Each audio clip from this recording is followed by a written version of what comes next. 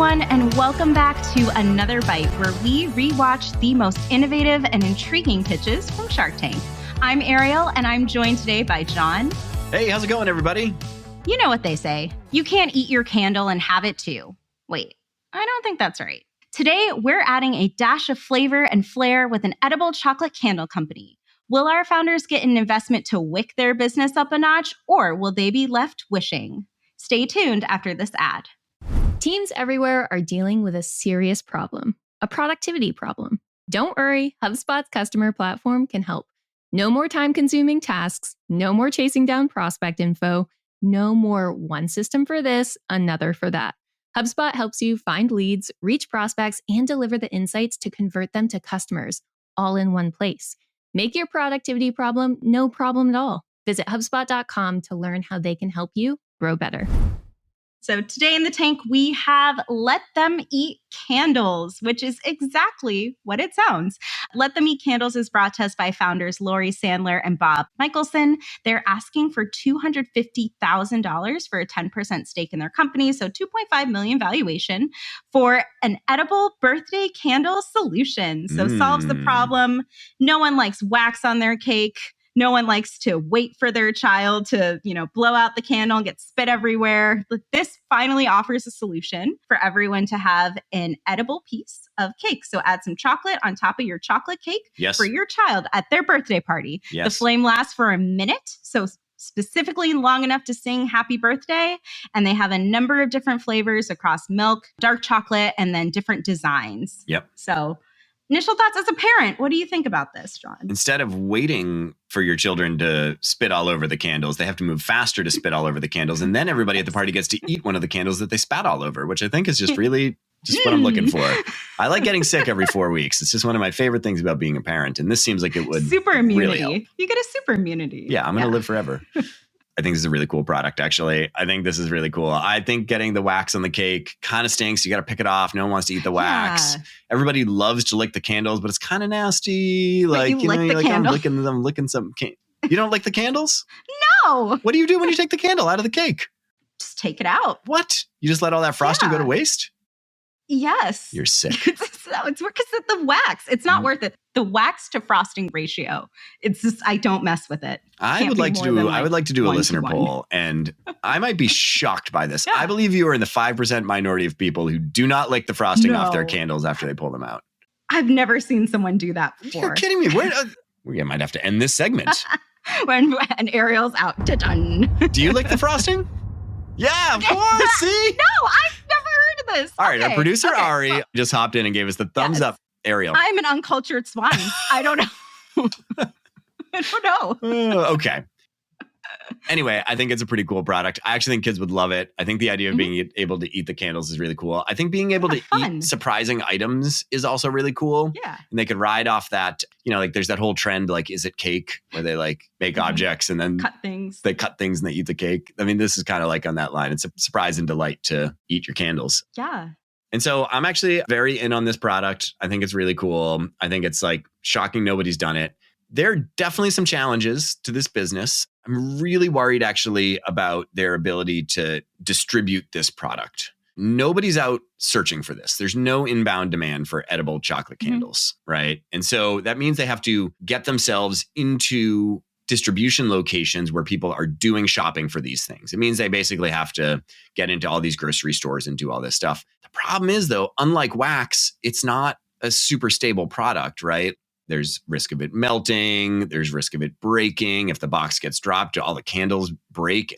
I bet the leakage on this product is actually really high, which I think is a challenge. I think shipping it in the mail is hard because if it's shipping to Texas and it's in the back of a UPS truck, you're going to get just melted candles. So I think that's a real challenge for the product.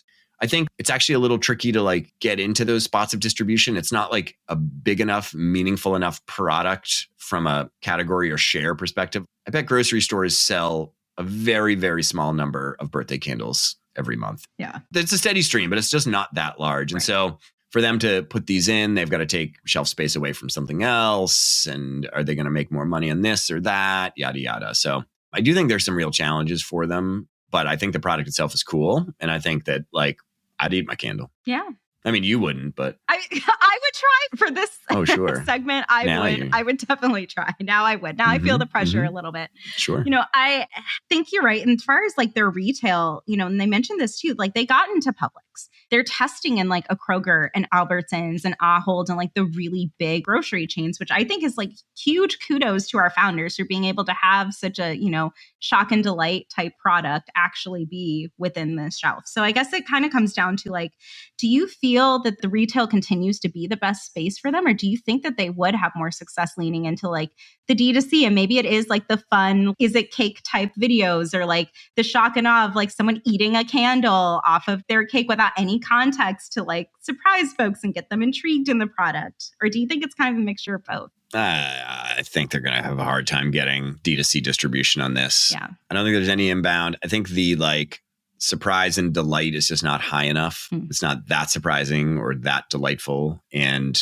I think it's actually going to be a tough road for them on distribution. That'd be the thing I'd worry about the most. My assumption is that if they wanted to do D2C, they're going to have to make it mostly about paid. Yeah. And they're mostly going to have to distribute by doing ads, which is a tough road right now. Facebook's targeting algorithms have gotten a lot better in the last year. They've deployed AI in an extraordinary way to improve targeting such that it's helped mitigate a real problem that we were seeing for D2C brands around rising costs there and inability to target. But I still think it's going to be a really long road. Yeah. If I were them, though, I would probably say, hey, step one here is I'm going to be sure that I can manufacture these things in a way that, they can be stable. And then I'm going to hire a person who is just really savvy at doing ad markets. And I'm going to just go out and sell as much of this as possible and see how far we get. Yeah. Or just honestly license the technology to like a Crumble Cookies or Milk Cookies or like a bakery or something and like have that be like an add-on to like local bakery cakes. And maybe instead of focusing on the consumer, get an edible candle on top. So let's talk about the numbers a little bit. So it ranges from about $2.99, $3.99 a piece. Their wholesale cost is $1.69. The cost to make is 85 cents. So not the best margins. Not the best margin. I mean, I think for chocolate candles, I think you could charge more. Oh, yeah. I feel like I'd go to the grocery store to buy like a 12 pack of candles and it would be like $5 or something. You know what I mean? Like I have no idea what candles cost. I don't think people are like anchored on a price point.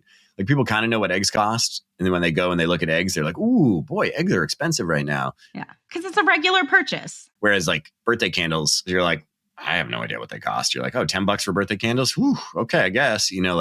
So I'd probably crank the price up. How much could one banana cost, Michael? $10? Sorry, it's just Arrested Development. Sure.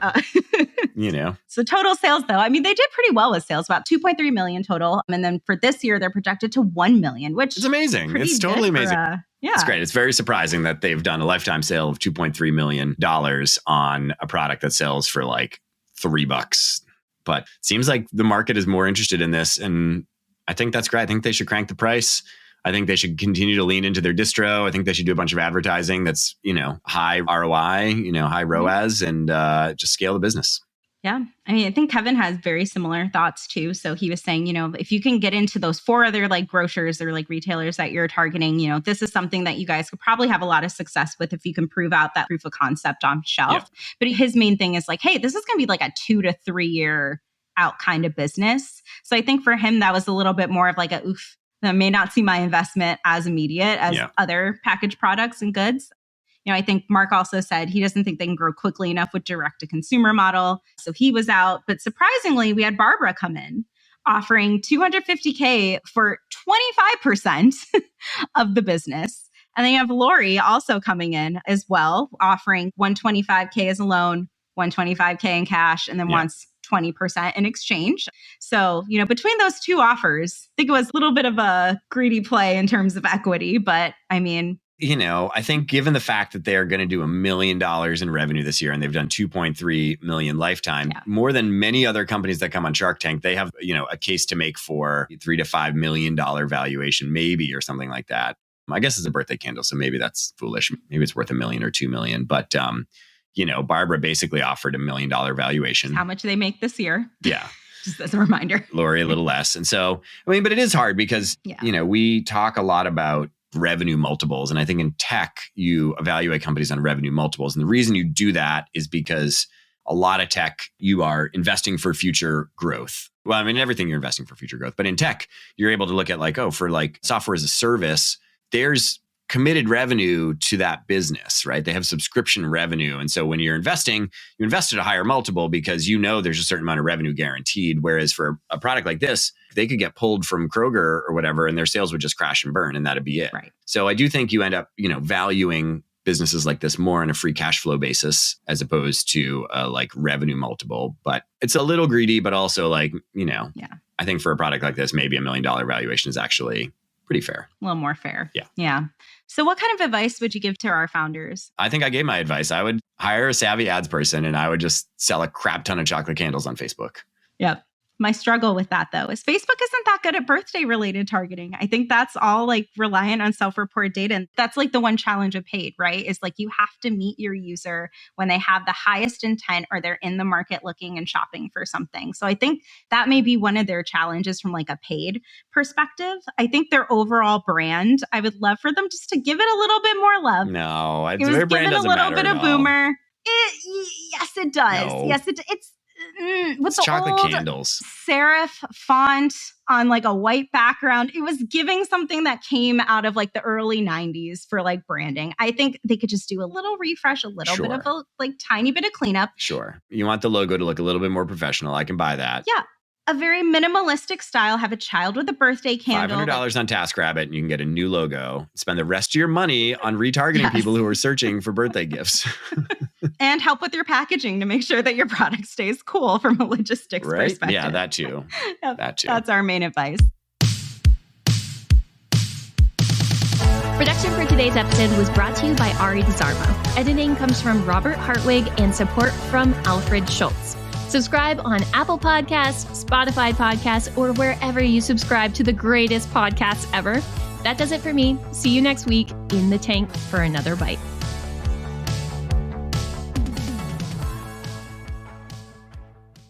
I want to take a break to tell you about a podcast coming to the HubSpot Podcast Network, the audio destination for business professionals. It's called The Next Wave, AI and the Future of Technology. It's hosted by Matt Wolf and Nathan Lands. AI technology is transforming the way we do business, and the media landscape is currently fragmented.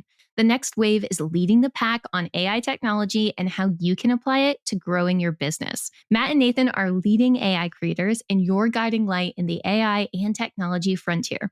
Listen to The Next Wave wherever you get your podcasts.